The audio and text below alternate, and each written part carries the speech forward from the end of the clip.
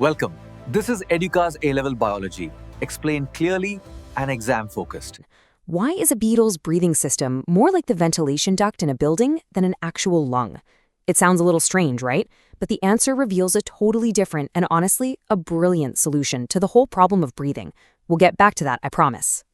Okay, so before we can really appreciate the solutions, we first have to understand the problem, and it's a big one.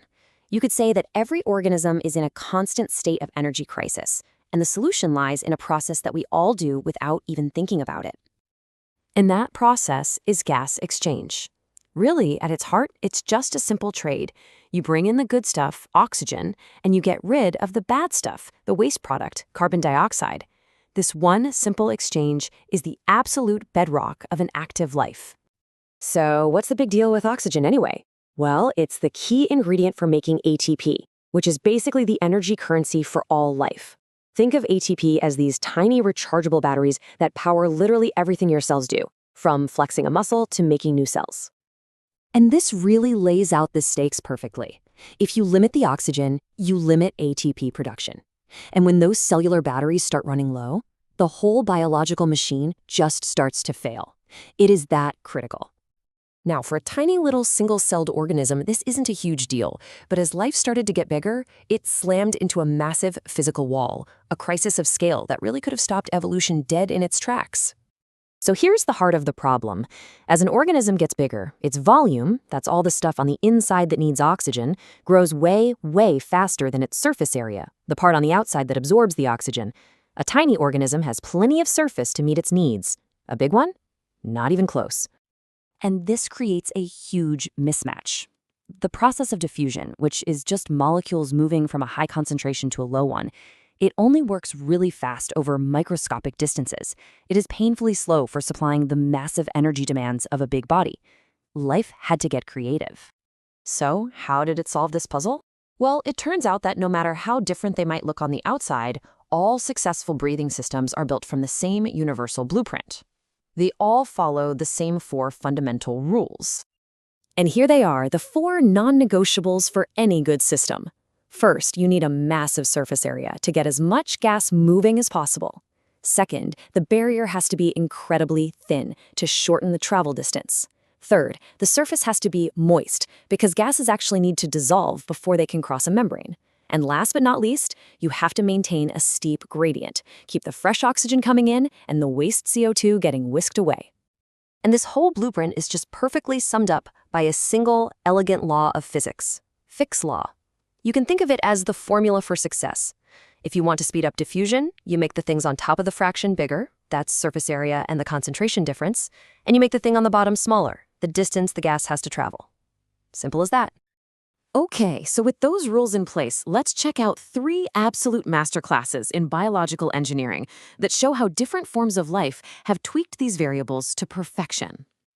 First up, the simplest case you can imagine, a single-celled organism, like an amoeba. It just uses its entire surface. And diffusion alone is totally fine because, well, it's tiny. It has that perfect high surface area to volume ratio, and it really doesn't need a whole lot of energy to begin with. For an amoeba, life is pretty simple. No lungs, no gills, no blood. The environment does all the heavy lifting. But this strategy has a very hard limit. You just can't build anything big this way. All right, now for something way more complex. Fish gills. To get that massive surface area, they have these things called gill filaments, and those are covered in even smaller flaps called lamellae. And the lamellae are just masterpieces of design. They're only 1 cell thick. That minimizes the diffusion distance, and they're absolutely packed with tiny blood capillaries to maintain that crucial concentration gradient. They check every single box from Fick's law. But here's where the real genius comes in. See, if the blood and water flowed in the same direction, they'd hit a 50-50 balance really quickly, and diffusion would just stop. But fish use what's called a countercurrent system, where the blood and water flow in opposite directions. And this is the magic trick. Because they're flowing in opposite directions, the blood is always meeting water that has a slightly higher oxygen concentration. This keeps the gradient steep across the entire length of the gill, which lets the fish pull out the absolute maximum amount of oxygen from the water. It's unbelievably efficient. And finally, let's get back to our beetle. The insect solution is something else entirely. Air comes in through these little holes in their exoskeleton called spiracles. It then travels down a whole network of tubes, the trachea, which branch into even tinier fluid-filled tubes called tracheoles. And these little tubes deliver oxygen directly to the muscle cells. And here is the punchline. Their blood, which is called hemolymph, has absolutely nothing to do with transporting oxygen. The insect's tracheal system is a direct air delivery network, just like the ventilation ducts in a building. It's a completely radical and incredibly effective design. So we've just seen 3 wildly different strategies, right? Simple diffusion, a super efficient countercurrent system, and a direct air pipeline. But they are all just different answers to the exact same challenge. And they're all governed by one single unifying principle. This quote really says it all. Even when we're talking about our own lungs, the logic is identical. The millions of tiny little air sacs in our lungs, the alveoli, give us a huge surface area. Their walls are incredibly thin. All of this is just biology manipulating the variables in Fick's law to get the fastest rate of diffusion possible. Explanation helped.